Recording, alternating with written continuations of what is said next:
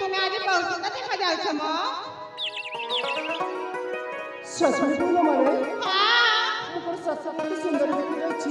সকালে লো হ্যাঁ তবে মানে পিনা আজ মোটর কিছু কম নেবে সাথে মানে কাটা কিলো হ্যাঁ রে আপা বলা সকালে তুমি না আজ কত সুন্দর দেখা যাচ্ছ। পিনা বাবা এসে মানে হ্যাঁ এই দেখো এই পূর্ব দিকে না সূর্যটা সুন্দর ভাবে ছড়াচ্ছে উঠুଛନ୍ତି। ভালো আকাশ কেতে নির্মল দেখা যাচ্ছে সখী মানে হ্যাঁ তো ହଁ ତ ଏଇ ସୁନ୍ଦର ପରିବେଶକୁ ନେଇ ନା ଆମେମାନେ ଏଠି କିଛି ସମୟ ଉପଭୋଗ କରିବା ଲୋ। ভালো ଏ ପଉଲା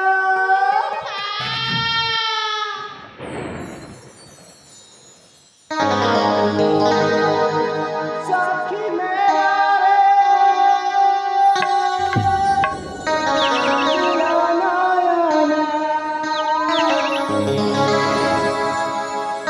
तारा मेरा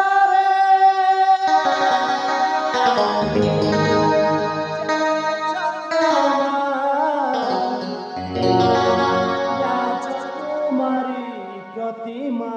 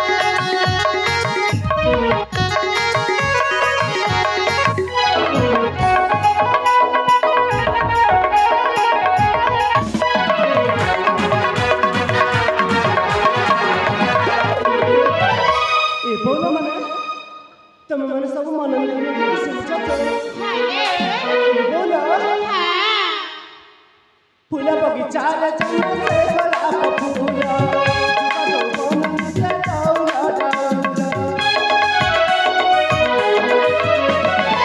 फूल बगीचा रे चंदा से गोलाप फूल बन से डौला डौला सखी संगारे गोर कामना तारा मेरा रे जन्म तुम्हारी प्रतिमा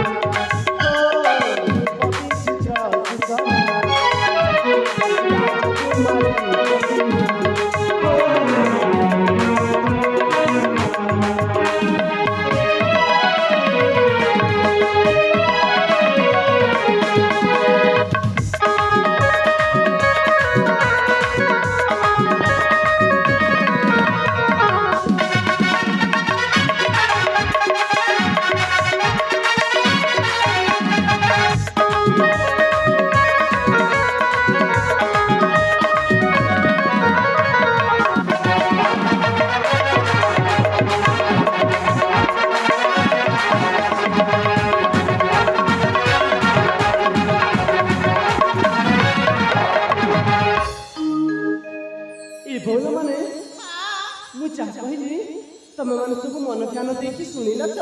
ହ୍ୟାଲୋ ହଁ ହଁ ଏ ଅପା କହୁଲ। ସତରେ ତମେ ସିନା ତମ ମନ କଥା ଆମ ଆଗରେ ଖୋଲିକି କହିଦେଇଛ। ହଁ ତ ତମେ କଣ କହିପାରିଲେ ଆମ ମନ କଥା? ଏ ବଉଲ ମାନେ ହଁ ତମେମାନେ ତ ହେଉଛ ମୋ ପିଲାଦିନର ସାଙ୍ଗସାଥି ମାନେ। ହଁ ତ ତମେମାନେ ଯଦି କିଛି କହିବାକୁ ଚାହୁଁଛ ତାହେଲେ ମୁଁ ମଧ୍ୟ ଶୁଣିବିନି କାହିଁକି? ଏ ସାଙ୍ଗ କହିଦବଲ ଏ ଅପା ବଉଲ ତାହେଲେ ଧ୍ୟାନ ଦେଇ ଶୁଣିବಮ್ಮ। ପୁଅ ସଖୀ ହେ କଥାରେ ନାହିଁ କି ମୋ ଲାଲ ମିରିଚା ପାତଲ କଟା ମାଛ ପକାଲେ ଚଟଣି ଲାଲ ମିରିଚା ପାତଲ କଟା ମାଛ ପକାଲେ ଚଟଣି ଏ ଦେଖା ଗତି ନ ଦେ ତବେ ହେଡେ ଚଟଣି।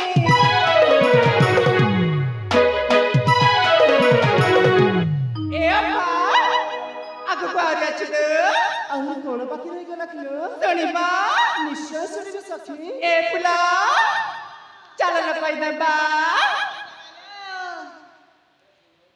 ଏ ସାଙ୍ଗ ତାହେଲେ ଶୁଣାଲ କୁହ ବଉଲ। ମନ ଧ୍ୟାନ ଦେଇକି ଶୁଣିବା ଯେମିତି ଦ୍ୱିତୀୟ ଥର ଜମଲ ବି କହିବାକୁ ନ ପଡ଼ିବ। ବାବା ମୁଁ ମନ ଧ୍ୟାନ ଦେଇକି ଶୁଣୁଛି। ତାହେଲେ ଶୁଣବ କୁହ।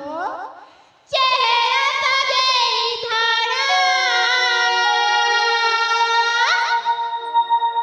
ଆରେ କାରୁ ଚଲେ ସେ ଫେସାନା ବେ सूरजमुखी है सूरजमुखी राजा मंदिर की कमर झांकी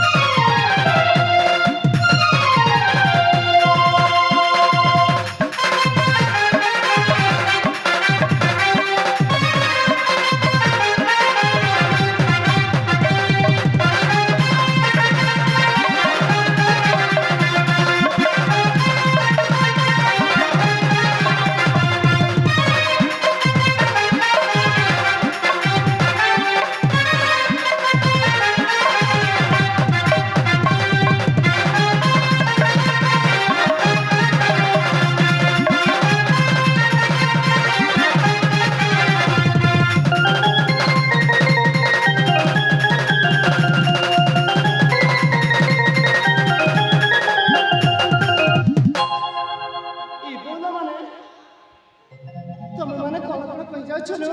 ମୁଁ ତ ଜମାରୁ ବି ବୁଝିପାରୁନି।